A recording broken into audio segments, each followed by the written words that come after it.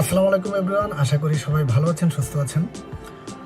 তো বন্ধুরা, আজকে আমি আপনাদের সাথে রিয়েলমি C21Y এই ফোনটি অনেকজনেরই কমপ্লেন ছিল আনলক টুলের মধ্যে হচ্ছে না, বা আর রিয়েলমি যেহেতু এখান থেকে একটির মধ্যে রয়েছে, তো রিয়েলমি C21Y এটা এখান থেকে ভার্সন 1 হয়, ভার্সন 2 হয়।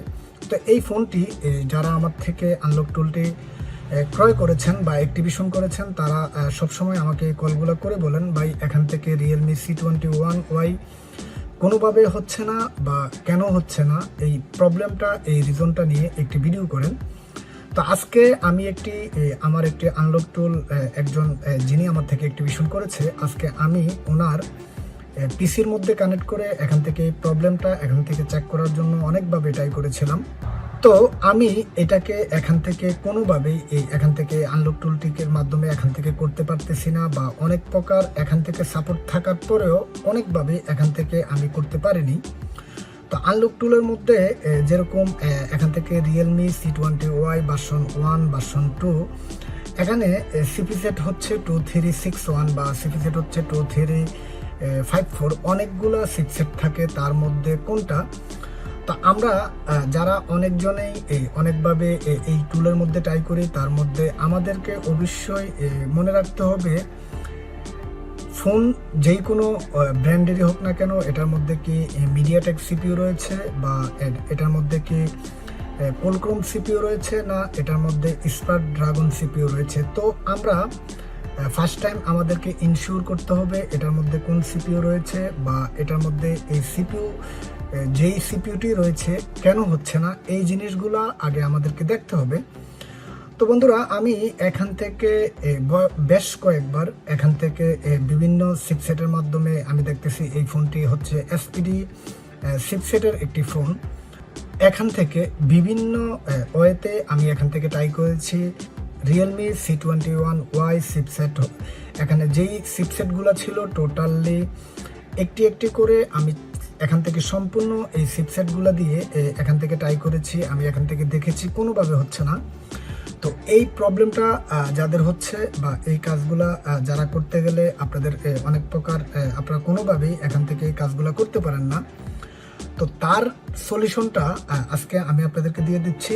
তার ক্ষেত্রে আপনারা জাস্ট আমি আপনাদেরকে এর আগের ভিডিওর মধ্যে দেখিয়েছিলাম রেডমি নোট 10 5G কিভাবে কাজগুলো করতে হয়, বিস্তারিত ডাইরেক্টলি আমি আপনাদেরকে বলে দিয়েছি।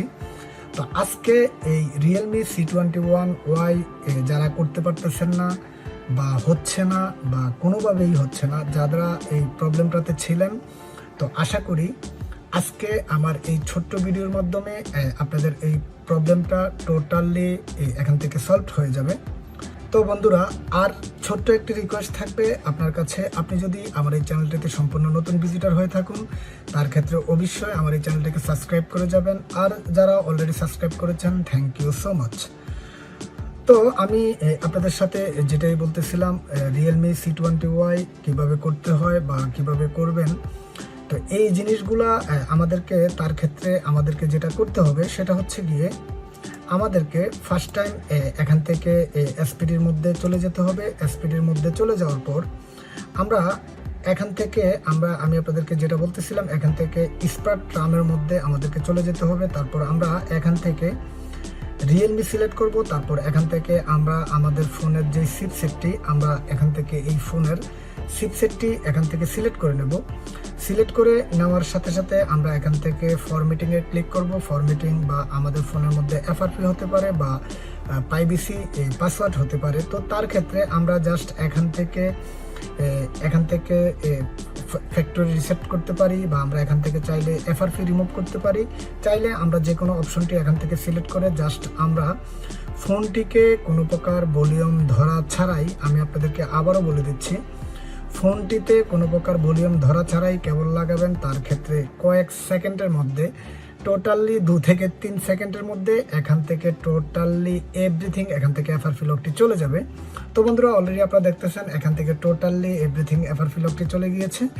তো আমি আপনাদেরকে বলবো, আপনারা যারা আনলক টুলের মধ্যে এই কাজগুলো করেন তার ক্ষেত্রে অবশ্যই আপনি ফার্স্ট টাইম ফোনটিকে চেক করবেন। চেক করার সাথে সাথে এই ফোনটিতে আরও চেক করবেন এই ফোনটি কি মিডিয়াটেকের সিপিইউ না কোলট্রন সিপিইউ বা স্পারট্রাম সিপিইউ।